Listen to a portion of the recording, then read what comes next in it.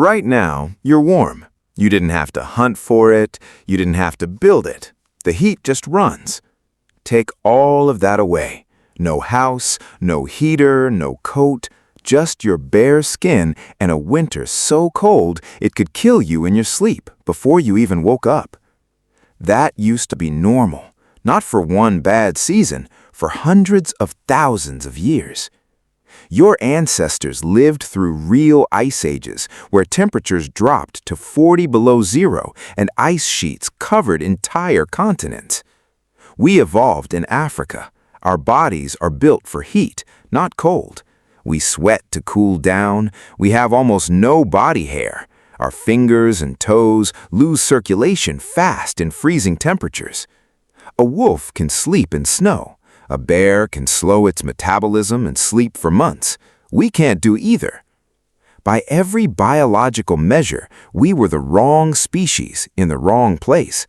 And yet, archaeological sites from 45,000 years ago show humans living above the Arctic Circle, in Siberia, in the dead of winter.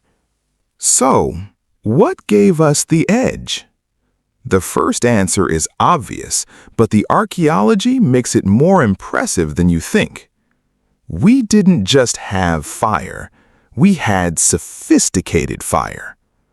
At sites like Kostinki in Russia, archaeologists found hearths dating back 40,000 years that burned at over 600 degrees Celsius. That's not a casual campfire, that's engineered combustion. These hearths were lined with stones to retain heat, positioned against rock walls to reflect warmth, and fed with specific types of wood that burned longer and hotter. But here's the important part.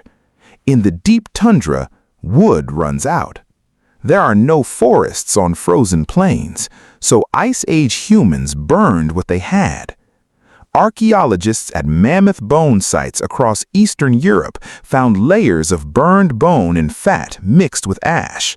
They were burning mammoth bone marrow and fat as fuel when wood was gone. Think about what that means. They were so committed to fire that they literally burned the bones of their food to keep it going. Fire wasn't a convenience. It was the difference between surviving the night and not. And fire did something else. It created a social clock. Before fire, when the sun set in winter, you had maybe 8 hours of daylight. After fire, you had 16. In the dead of winter, when darkness lasts 18 hours, that circle of light became the center of human life. Stories, tool repair, food preparation, childcare, all of it happened in that glow. Fire didn't just warm bodies, it preserved the social fabric that held groups together when the world outside was trying to kill them. But fire alone isn't enough if the heat escapes. And here's where one tiny object changed everything. Around 30,000 years ago, someone invented the eyed needle. Found at sites from France to Siberia, these needles were carved from bone, antler, and ivory. Some are less than 2 inches long. The eye was drilled with a stone tool, probably using a bow drill, and the point was sharpened to pierce hide. This sounds simple until you realize what it made possible. Before the needle, clothing was basically a wrap. You draped hides over your body and held them with belts or ties. It covered you, but it didn't fit you. Cold air got in everywhere, movement was restricted, and if you got wet, you were in serious trouble. The needle changed that. Fitted clothing, layered clothing, sealed seams, undergarments, outer shells. Humans could now create microclimates on their own bodies. Archaeologists studying the cut marks on animal bones from this period noticed something striking. The marks on bear, deer, and reindeer remains shift from butchery patterns to skinning patterns. They weren't just eating these animals, they were wearing them. And they were choosing specific animals for specific purposes. Reindeer fur for insulation, Bear hide for the outer layer, water-resistant and nearly impossible to tear. Small mammal fur for trim and lining. They understood textiles the way a modern mountaineer understands Gore-Tex. But clothing only works if you have somewhere to take it off, and Ice Age humans built shelters that were astonishingly sophisticated. At Mezirich in Ukraine, archaeologists uncovered a settlement of circular dwellings built almost entirely from mammoth bones. Each house used the bones of roughly 95 mammoths. The jawbones formed the foundation, the long bones created walls, the skulls and tusks were stacked to support a roof covered with hides and sod. These weren't temporary shelters, they were permanent structures, rebuilt and maintained over generations. Inside, hearths were positioned in the center, with sleeping areas arranged around the walls. The floors were covered with ash and clay to insulate against the frozen ground.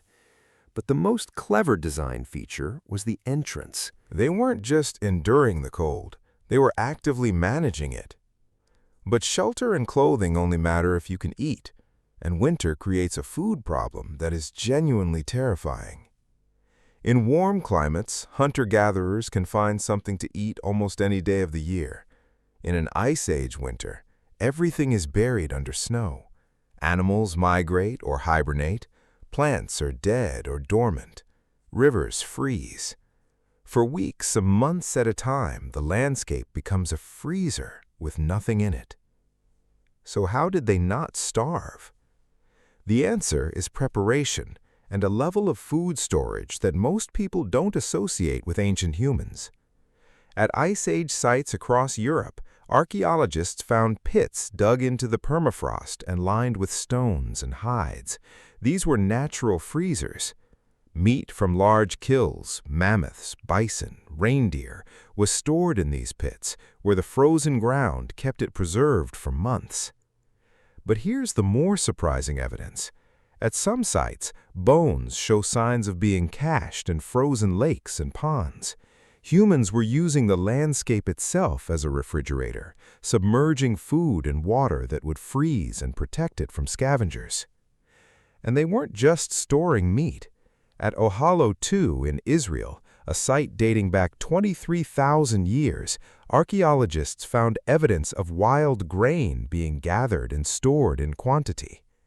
At Franki Cave in Greece, remains of stored nuts, legumes, and dried fruits show that Ice Age humans were planning months ahead.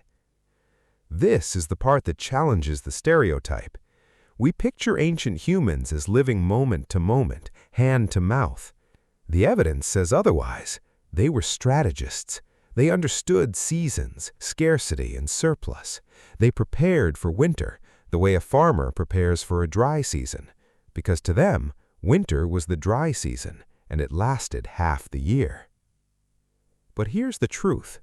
None of this, not the fire, not the needles, not the houses, not the stored food, works without the one thing that actually saved us: each other.